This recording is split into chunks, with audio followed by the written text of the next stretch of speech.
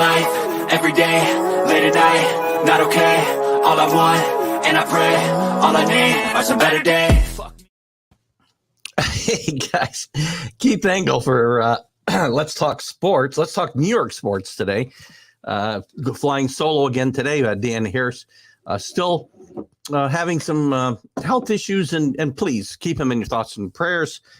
Dan badly wants to be back on the air more than he is, and I know he badly wants to do this show. But as he continues his valiant battle, let's keep him in our thoughts. Good man, not a better man that I know, and I'm happy to kind of help out where I can. I don't know what the last word is in that promo, though. I gotta ask him what that is. He finally sent me the promo to run for the show. So, I'm sorry, the intro for the show. So it's kind of interesting. I like the shot of me as well because it looks like I'm a little angry. I must have been talking to Carlos, the Mad New Yorker, at that point in time. But we got with us here. Augustin, where were you this morning? We're not talking about Oregon Ducks now, remember. This is New York sports. Don't forget. Okay? I did talk a little bit about your Oregon team this morning, though. So we can certainly get into them on the Sunday show if you'd like. But today it's New York sports. And I'm flying by the seat of my pants here today, guys. So let's bear with me. Oh, gosh, I lost all my stuff. I'm just going to go through stuff and talk and let you guys hopefully bring some comments, and we'll start with football. The New York Jets and the New York Football Giants. Let's start. Both big surprises, obviously, in this topsy-turvy NFL season. A lot of debate amongst people like myself and other commentators of sports and football in general, or specifically, whether these teams are for real or whether they're really growing. Listen, if you're 6-1, you're the Giants, you're growing, right? If you're the Jets and you're 5-2 and you got a second-year quarterback, you're growing.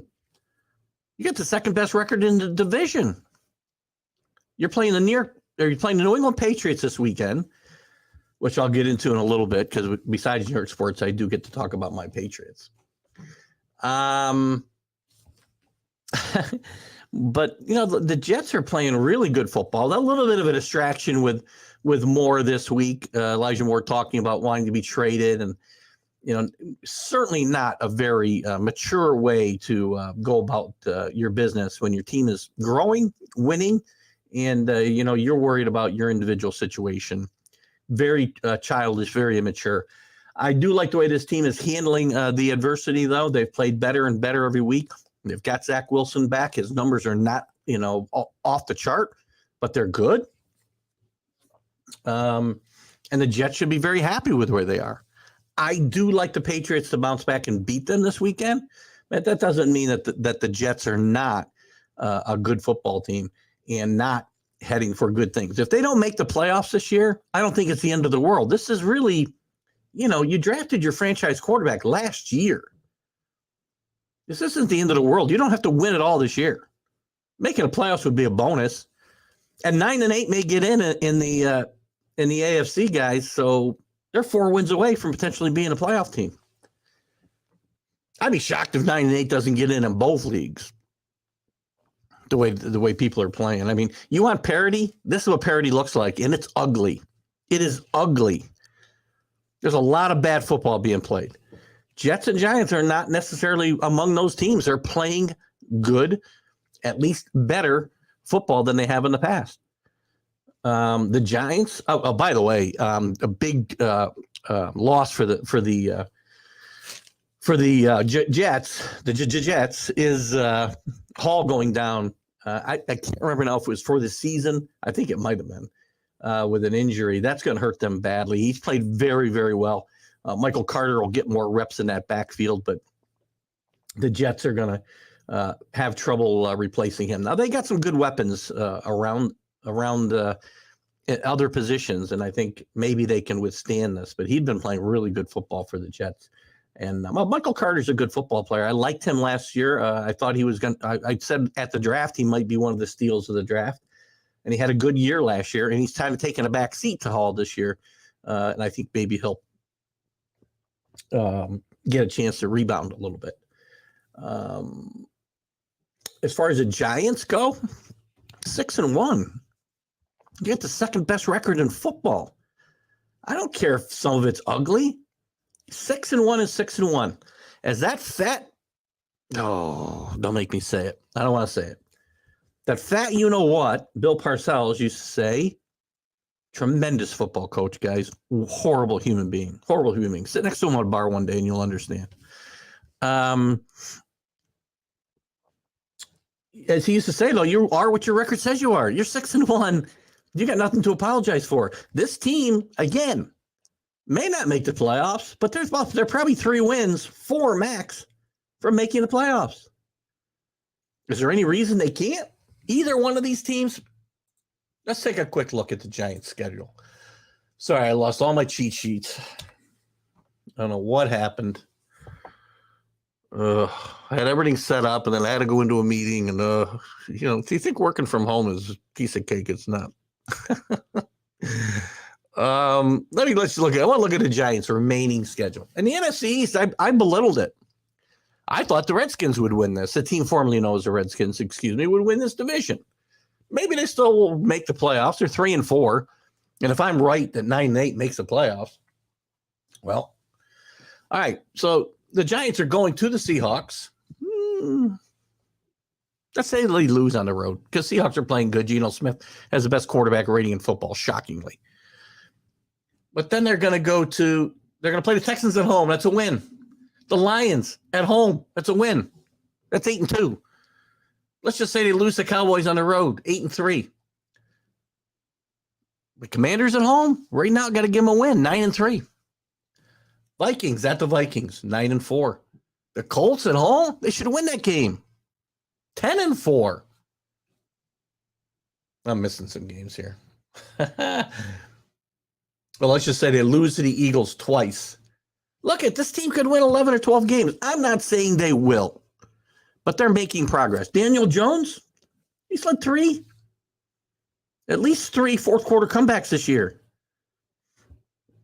Are his numbers outstanding? No, but you know what? Guys like Mark Rypien, again, I think I used the Mad New Yorkers argument against him a little bit this morning about Mark Rypien and Trent Dilfer, Brad Johnson, maybe to a lesser extent. I'm trying to think of quarterbacks who were not all that good. I shouldn't say that. Weren't great that won Super Bowls. Daniel Jones is good enough to take a good team to the Super Bowl. He has made progress every single year he's been in the league. And I'll say this again. I say it over and over again for you Giant fans. If he'd been drafted in the middle or back of the second round, you would be ecstatic to where Daniel Jones is today in his progress as an NFL quarterback. But because he was drafted 6th, not his fault, he's looked at differently. And that's not fair to him. You can belittle the team, but don't belittle Daniel Jones. I think Daniel Jones is a quarterback that can win in the NFL. He's winning in the NFL. He's 6-1. He's taking care of the football. It was thrown in my face. Well, would you take him on your team right now? Maybe I would. I don't know. We'll get to them in a second. The Jets, going back to the Jets for a second, they're a little ticked off about a lot of talk and a lot of chatter this week about a bad loss they had to the Patriots, where the Patriots ran up the score. Cry me a river. Robert Saleh took the high road. At least some of the players are not. You're paid to stop me. Don't tell me about the teams throwing a ball in the fourth quarter, because did you stop trying to score? Because until you lay down and you give up, why should the offense stop trying to score? You're professionals. You're not Pop Warner football players. I don't even have a problem with it in college. I really don't.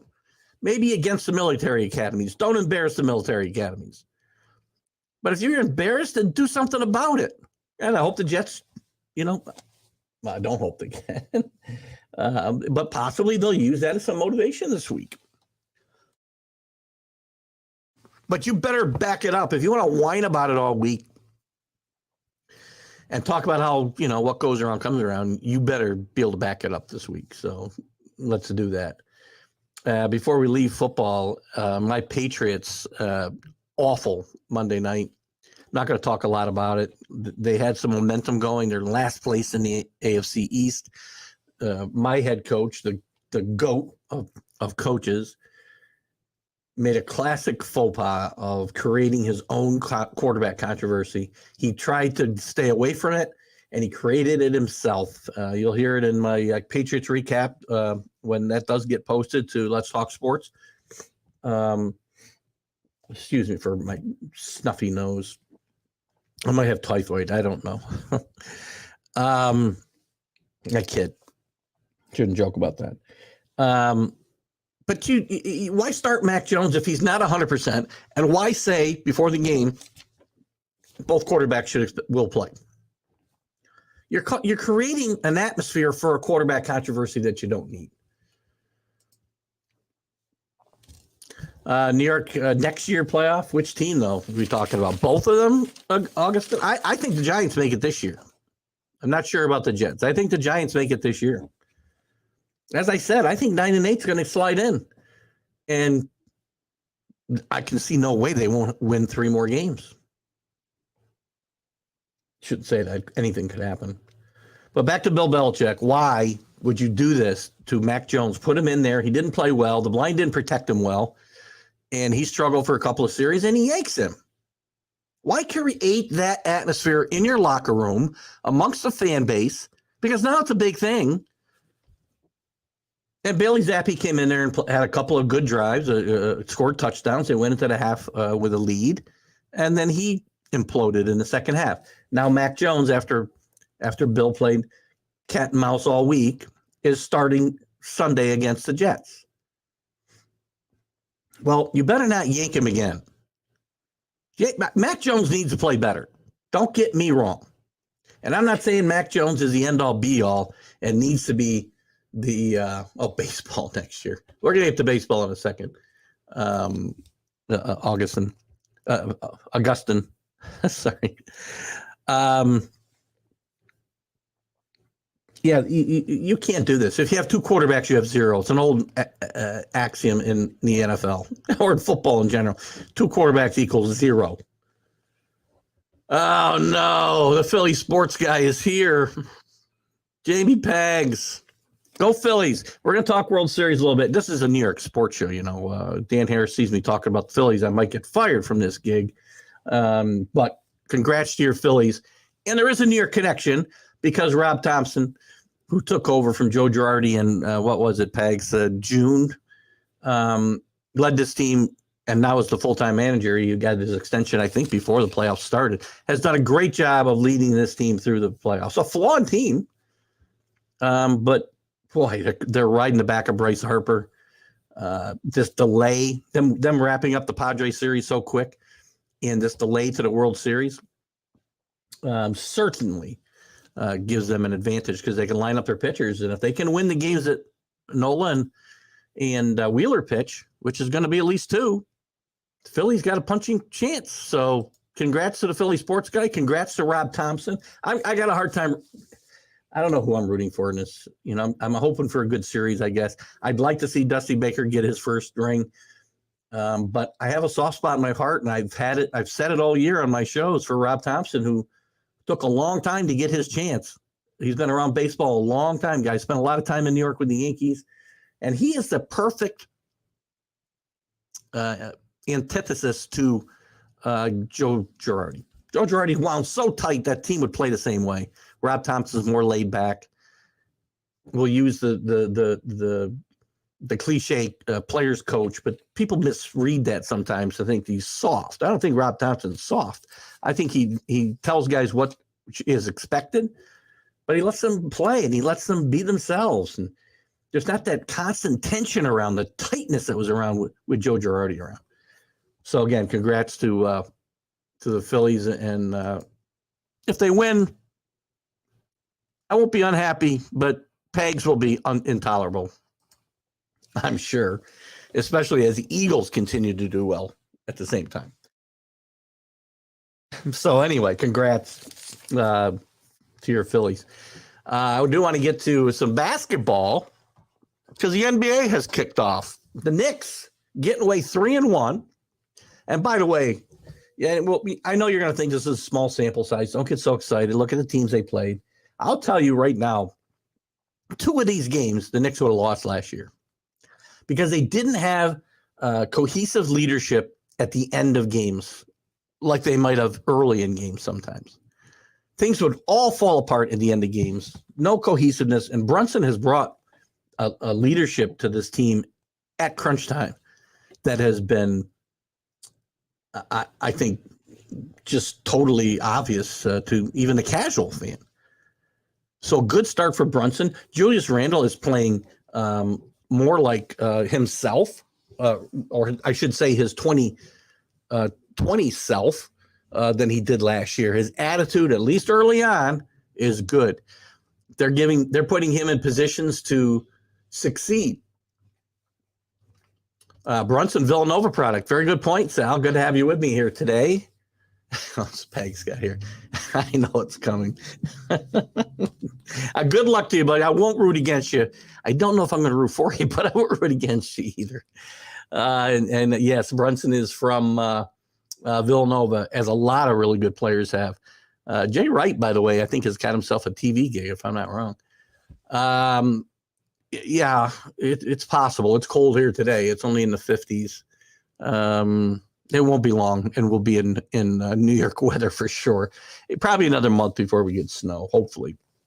I feel crappy. I don't know. I might have got, I won't say the word while I was away, but it's entirely possible I'll be in this house for a few days. Yes, Brunson, absolutely. And he's played so well early on. There's nothing bad you can say about this Knicks team. Yes, I know. Again, I know they haven't really played anybody. Well, I shouldn't say they haven't played anybody. Memphis is pretty good. But I guarantee you, 2 of these games they would have lost last year. And they'd be 1-3. Not 3-1.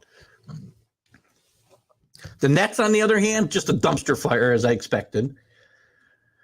They're getting nothing from Ben Simmons. He won't shoot the ball. He's averaging 5 points a game, I think. He won't shoot the ball. He gets assists. Durant and the Flat Earther are out there, scoring 33 and 29. And the team loses every night, 1-4. No defense. I said early on, there was no way. Once Durant demanded to be traded, then demanded to have the coaches fired so he'd come back, none of it happened, and he comes back anyway, him and Kyrie both. How is this ever going to be successful? Now, again, it's early in the season. I understand they may come back from this, but you kept waiting for it last year. And what happened? They go out in the play-in round. I mean, come on. Nick should be very happy. By the way, Cam Reddick is another guy who Thibodeau has found room for in his rotation, and he's playing important minutes at the end of the game as well. He's going much deeper, I think, into the bench. I thought 10 guys averaging 20 minutes a game. So that's good. Keep your starters fresher. We can't have Barrett wearing down, can't have Randall wearing down, can't have Brunson wearing down. So I think what Coach Thibodeau is doing so far is working. I think Steve Nash, on the other hand, dead man walking. As we've talked about with a few college coaches this year on some other shows, it's only a matter of time. Is he going to get fired during the season or after the season? If this continues, I don't see how they can continue along. And it was predictable. How would you not expect this to go this way with everything that went on in the offseason? How? What reasonable thinking person could think a guy could demand a trade, 2 guys really, they both come back, they both demand a coach and the GM get fired, and they think it's going to work when none of them leave. None of them. If you're a Nets fan, I feel bad for you. I really, really do feel bad for you. And that's all I got to say about the NBA for now. In New York, there's nothing bad to talk about. Let's move on to baseball, because I know that if Pags is still here, you might want to talk some baseball. I can get more into the World Series if you want, but I did a little bit of World Series stuff in my Major League preview, which will air on whenever Dan Harris gets a chance to post it. I'll share it to some other sites as well. What else? Yankees. My God. As happy as Pags is, I'm unhappy. This team, from the manager to the best player, showed me nothing, especially against the Astros. Against the Indians, they had some resolve, a little adversity. But against the Astros, just misstep after misstep. Nobody hitting with men in scoring position. Not enough guys in scoring position. The Astros pitching, as I said all along, the Yankees have trouble with elite pitching, as other teams do as well, because of the way they approach the game. Things might have been different if they had Benintendi. But they didn't. So you can't say, well, what if? Yankees stunk. Aaron Boone stunk. The Yankees have a lot of question marks now. What to do about Aaron Boone? Well, they already decided Aaron Boone will be back. Hal Steinbrenner said this yesterday. Why? No reason. Except Hal sees no reason to make a change. And I guess if you want to continue to win 100 games a year and go out and never reach a World Series, then continue the path you're on. But I think it's because he doesn't want to pay the salary for him to go away the next 2 years. Whatever he's making, he's not making, the biggest dollars, not making a college football coach money, a buyout situation. The Yankees could easily pay him to go away. So with that decision made, I don't see any chance Brian Cashman doesn't come back either. Brian Cashman's been here over 2 decades. Has the team been bad? No, the team's been pretty good for most of that run. But this is a team that hasn't been to the World Series since 2009. It's been to the World Series and won fewer World Series than the Giants in that time, than the Marlins in that time. Well, I should say 97. Marlins only won 97, I think, in 2003 against the Yankees. But still, you've won as many World Series in the last 20 years as the Royals? Are you kidding me? As the Phillies? Sorry, Pags. Oh, my God. I mean, as the Angels? The Red Sox are leaving you in their dust. Now, we don't go back to historically. We still have a pretty commanding lead. But something needs to happen. First thing needs to happen, Aaron Boone should have gone. Should have gone last year when he threw his coaches under the bus to keep his freaking job. Still pissed about that. But he should have gone this year. So Aaron Boone goes, but we don't know about Aaron Judge. Aaron Judge has got to be on this team. How's Aaron? I don't care what he did in the postseason. He had a bad streak. You fans that booed him, shame on you. I know it's a fan's right. You can boo people, and I get it. Without Aaron Judge, this team isn't even in the playoffs this year. Guaranteed. Aaron Judge had one of the most historic seasons in Major League Baseball. He had a bad stretch of games, and that should not sway the Yankees' decision at all. Hal Steinbrenner needs to sit down with Aaron Judge and say, Aaron, what's it going to take before a bidding war starts? And it's inevitable. It's going to anyway. Once we've reached this point, what's it going to take? And I don't care what the number is. 10 years, $425 million. I don't care. Because the Yankees will make money. They'll earn that money back in merchandise and in TV revenues and advertising revenues. Anything you can think of, they're going to make back probably in half the time in that contract. Then, once Aaron Judge retires, they're going to make money for decades afterwards. The Yankees make tons of money off of Mickey Mantle and Babe Ruth and Joe DiMaggio and every other player that ever played for him, good or bad. They'll make money for decades, millions, tens of millions of dollars a year in merchandise sales. You watch. They can't let him walk.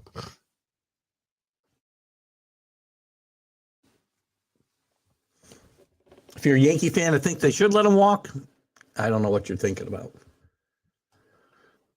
Now there's some other key decisions to make too. Rizzo opted out. Severino has a team option, which I'm sure he'll be back. He'll be the third starter. He probably will not be back. He's a free agent, unrestricted. You got a decision to make about Benintendi. I would bring Benintendi back, put him in the outfield with Bader and Judge. You got a good defensive outfield. You got some guys that can put the ball into play and do something a little bit different than this three specific outcome baseball: walk, strikeout, home run, that we're all tired of watching.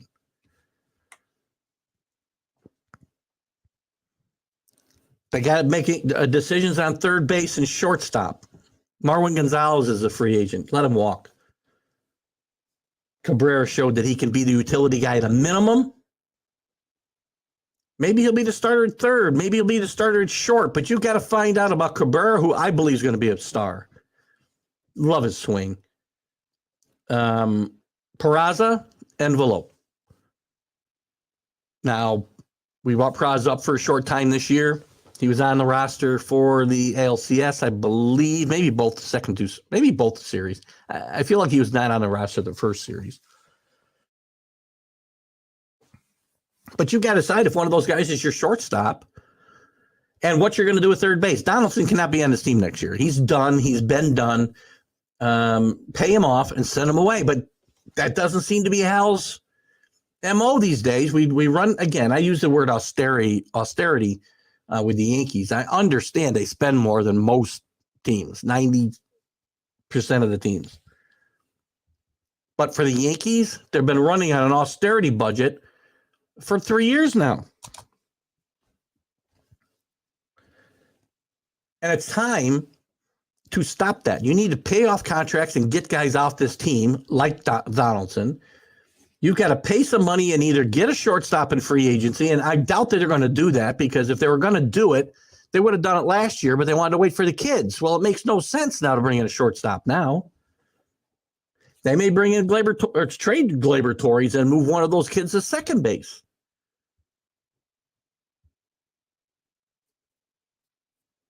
And they'd have to move Torres for pitching, right? I think they need to sign Rizzo. I don't know who the free agent first basemen are. Last year, the only guy I would have signed over Rizzo was Freddie Freeman. And this year, I don't know exactly who's available at the moment, but he's a leader. He brings something to this team that an intangible to this team that would be sorely missed if they let him go. And he can still play. He had a very productive. I know his batting average wasn't very good, but he had a lot of big home runs. He had a pretty good postseason too, especially compared to some other guys. You know, and you got to make some big decisions here, man. And is Cashman the guy you want to do that? He's put together some broken teams for the last, it feels like a decade. And maybe if Cashman's gone, then maybe my thoughts about Boone, if they take the reins off Boone. Part of the problem is there's a script out there before every game. Here you go. And I'm sure Aaron's part of it. So, but here's the script, and here's how we're going to approach this game. And here's who's going to start, and he's going to throw this many pitches. And then we're going to bring in this guy, and then we're going to bring in this guy, and everything's scripted. Nobody, and again, this isn't just a Yankees problem. This is a problem throughout baseball. No managing by the gut. No feel for the game. Oh wait, my numbers say I should bring in Termino here. Well, Loaizaga just threw 2 innings and threw 10 pitches. Again, I'm making that scenario up, but that's the kind of thing that happens when you manage by a script and not by. We got something from Larry Sorensen here. Sorry, guys. Oh, I'll have to check that out. Sorry, it's not New York related. Anyway, the Yankees have a lot of work to do, a lot of decisions to be made. I don't think any decisions get made on any players, obviously, until the decisions are made about Cashman. Nobody can do anything till after the World Series. I would hope his situation will be settled by the end of the World Series. And you got the Mets. Sorry about the cough button, guys. And you got the Mets. Great season. Ended in bitter disappointment. And Met fans, probably rightly so. I probably can't talk about the Yankees. Well, listen, the expectations for Met fans shouldn't be as high as Yankee fans. They just shouldn't.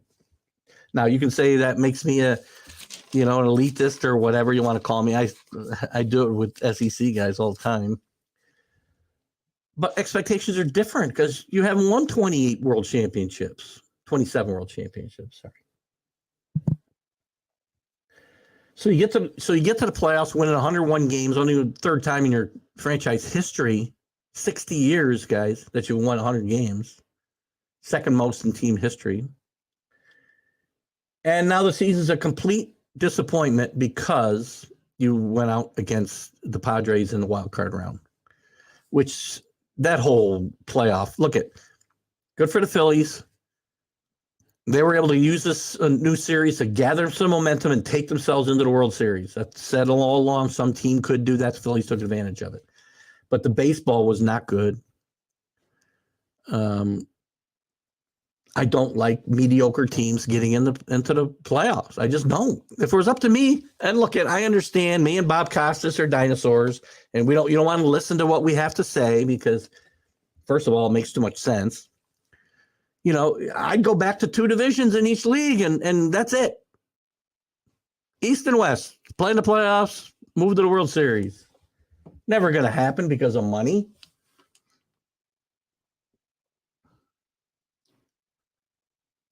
I won't be available.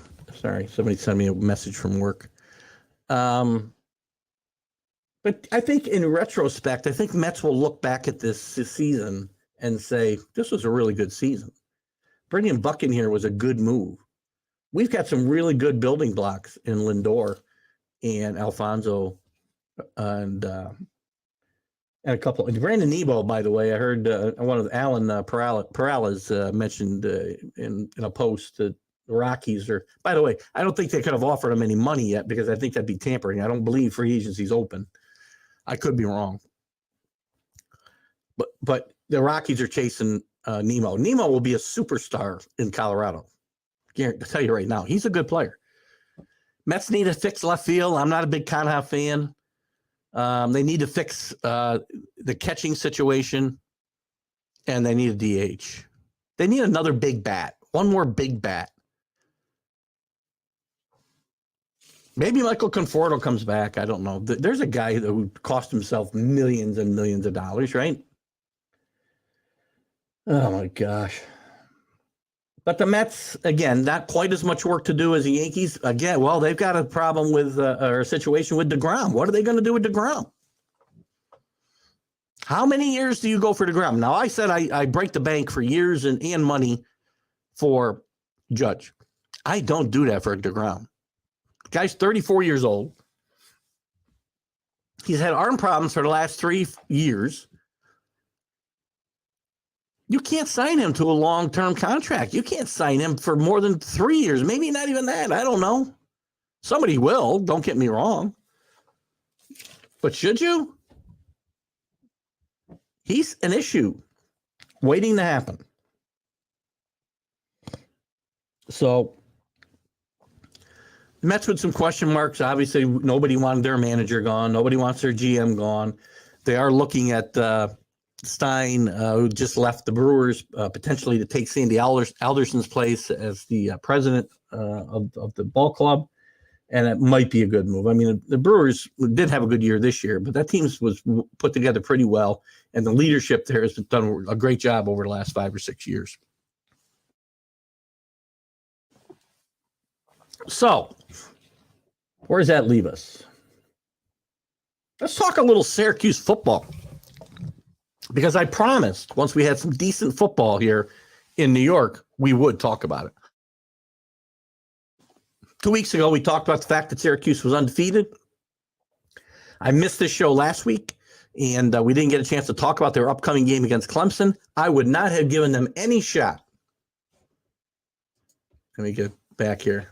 Hey, Ray Ram, how are you? If the Jets win, I'll put the jet plates on your van. Ray, where have you been hiding? Good man. That's an inside joke, guys. It's very funny. That goes back probably 20 years, right? It's very funny. So it was a bet on a Patriot Jet game, obviously, and I won, but I lost because the Jet, unbeknownst to me, the Jets plate still ended up on my van. So, oh God, I remember that very fondly. I was out there with a dime. In December, in the middle of the night, like 7 o'clock at night in the parking lot of work, trying to get those plates off. Oh gosh, too funny. I hope you're doing well, Ray. I hope you are all doing well. So thanks for bringing that up. So again, I'm kind of soloing it today because Dan Harris, I do my shows obviously on TGI Sports Talk. I usually do this one. We're on Let's Talk Sports, or will be eventually. Dan Harris from the UK is usually our co-host, and Dan's still battling some health problems valiantly, and we expect him to be back. It's been a little longer road for him than he would have thought, but or we would like. But hopefully he'll be back soon. To finish it up today, again, I want to go to Syracuse because talking New York sports, we've talked a lot of football, professional football. We've talked a lot of baseball. We've talked a lot of basketball over the last 2 years we've been doing this show and all my shows. Please catch my shows. If you haven't so far, we're on Wednesday nights with the College Football Huddle on TGI Sports Talk. We're on Sundays with the Sunday Stream of Consciousness. Wednesdays is 7 p.m. Eastern. Sundays is 8:30 Eastern in the morning. And what was the other? Are You Serious? My debate show with the Mad New Yorker, which this morning was a little calm. But please catch those shows, plus my vlogs, and you can catch them all on Northeast Streaming Sports. You can catch them on TGI Sports Talk. You can catch them on Let's Talk Sports as well. So we're trying to get as many outlets as we can. So now I will finally talk about Syracuse. They went into that Syracuse that Clemson game double digit underdogs, and I thought no way they could win this game. They played well enough to win the game. Unfortunately, they didn't. Some bad calls, roughing the passer calls. But again, my mantra is you don't let referees beat you.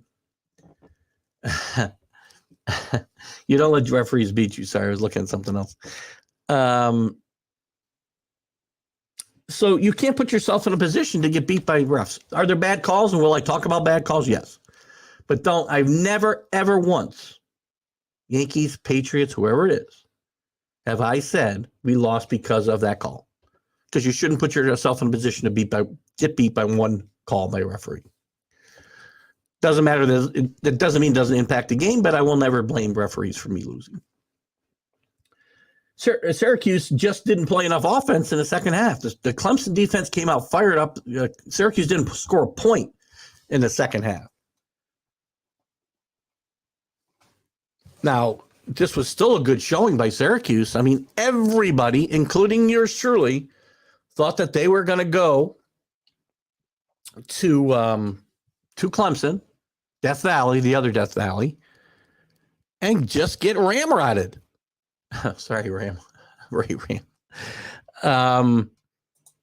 But they played really good football, and it's only a first loss for Syracuse. They don't lose a lot of ground in the rankings. They fell from 2 spots to 16. They're 6-1. They do have, some tough games coming up. This is a big bounce back game for them.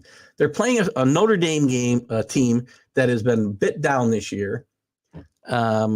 At the Carrier Dome, which I don't think is called the Carrier Dome anymore, but whatever. At noontime on ABC this Sunday. They win this game. They beat Pittsburgh. They beat Florida State.